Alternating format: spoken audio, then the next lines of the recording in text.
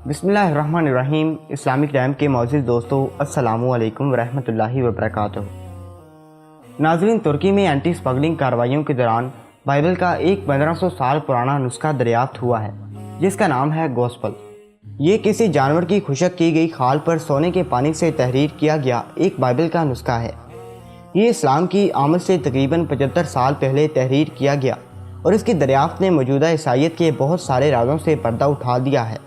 ناظرین، اس کتاب کے باب نمبر 23 میں ایک سچے اور عظیم الشان نبی کے آنے کی پیشن گوئی کی گئی ہے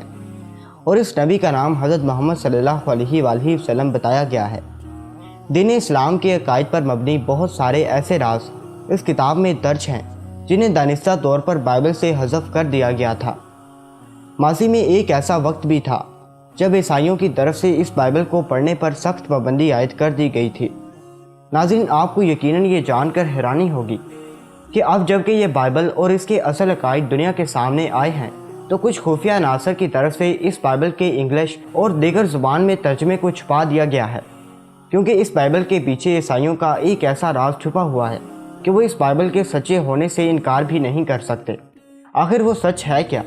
اور اس کتاب میں دیگر حیرت انگیز عقائد جنہیں دریافت کر کے محکمہ آثار قدیمہ کے ماہرین اللہ اکبر کی صدائیں بلند کرنے پر مجبور ہو گئے۔ ناظرین، یہ سب کچھ جاننے کے لیے اس ویڈیو کو آخر تک ضرور دیکھیے گا۔ ناظرین، اللہ تعالیٰ نے بنی نوع انسان کی ہدایت کے لیے مختلف قوموں کے لیے مختلف زبان میں 1,24,000 پیغمبر اور نبی مبعوث فرمائے، اور اپنا پیغام لوگوں تک پہنچانے کے لیے اللہ تعالیٰ نے کچھ پیغمبروں پر اپنے احکامات آسمانی صحیفوں کی صورت میں نازل فرمائے،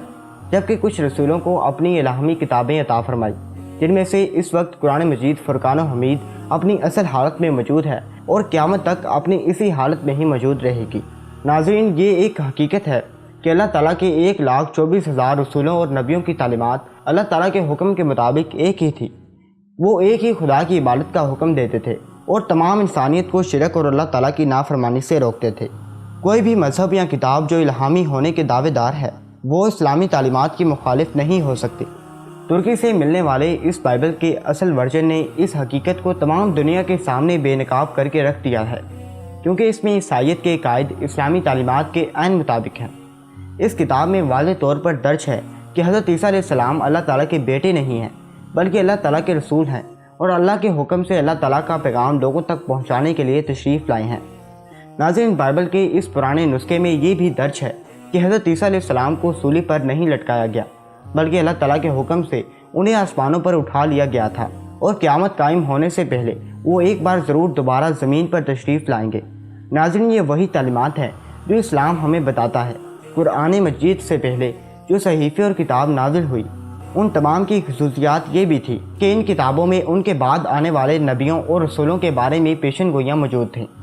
وہ نبی کس قوم پر اور کس علاقے سے تعلق رکھتے ہوں گے اور ان کی کیا کیا نشانیاں ہوں گی، یہ سب ان کتابوں میں درج ہوا کرتا تھا۔ صرف قرآن مجید کی یہ خصوصیت ہے کہ چونکہ حضرت محمد صلی اللہ علیہ وآلہ وسلم خاتم النبیین ہیں اور اس پر واضح طور پر درج ہے کہ اللہ تعالیٰ کے دین آپ صلی اللہ علیہ وآلہ وسلم پر مکمل کر دیا گیا ہے، جبکہ دیگر الہامی کتابوں کی اس خصوصیت کو دیکھا جائے تو جو آسمانی صحیفے حضرت موسیٰ علیہ السلام سے پہلے نازل کیے گئے ان میں واضح طور پر بتا دیا گیا ہے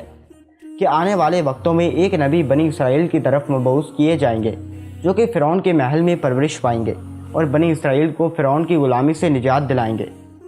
ناظرین، اسی طرح تورات میں درج تھا کہ حضرت عیسیٰ علیہ السلام بغیر باپ کے اس دنیا میں تشریف لائیں گے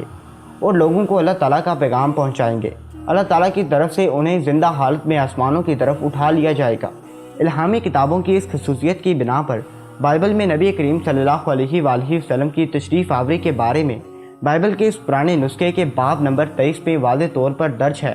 کہ آنے والے وقتوں میں ایک عظیم الشان نبی اس دنیا میں تشریف لانے والے ہیں۔ اس نبی کا نام حضرت محمد صلی اللہ علیہ وآلہ وسلم ہوگا۔ ناظرین، یہ وہ سچائی ہے جو عیسائیوں کے نام نہاد علم بردار تمام دنیا سے چھپائے ہوئے ہیں، کیونکہ اگر وہ اس سچائی کو مان لیتے ہیں تو پھر انہیں عیسائیت کے نام نہاد علم برداری سے دستبردار ہونا پڑے گا۔ اگر وہ بائبل میں درج ان تعلیمات کو مان لیتے ہیں تو پھر ان کی روح سے عیسائیت منسوخ ہو چکی ہے، اور اس کے بعد انہیں نبی پاک صلی اللہ علیہ وآلہ وسلم کی تعلیمات کو ماننا پڑے گا، جبکہ عیسائی ایسا کرنے کے لیے بالکل بھی تیار نہیں ہیں۔ ناظرین، عیسائی پادریوں کا اس کتاب کی تعلیمات کو بائبل سے حذف کرنے کے پیچھے یہی سوچ کار فرما تھی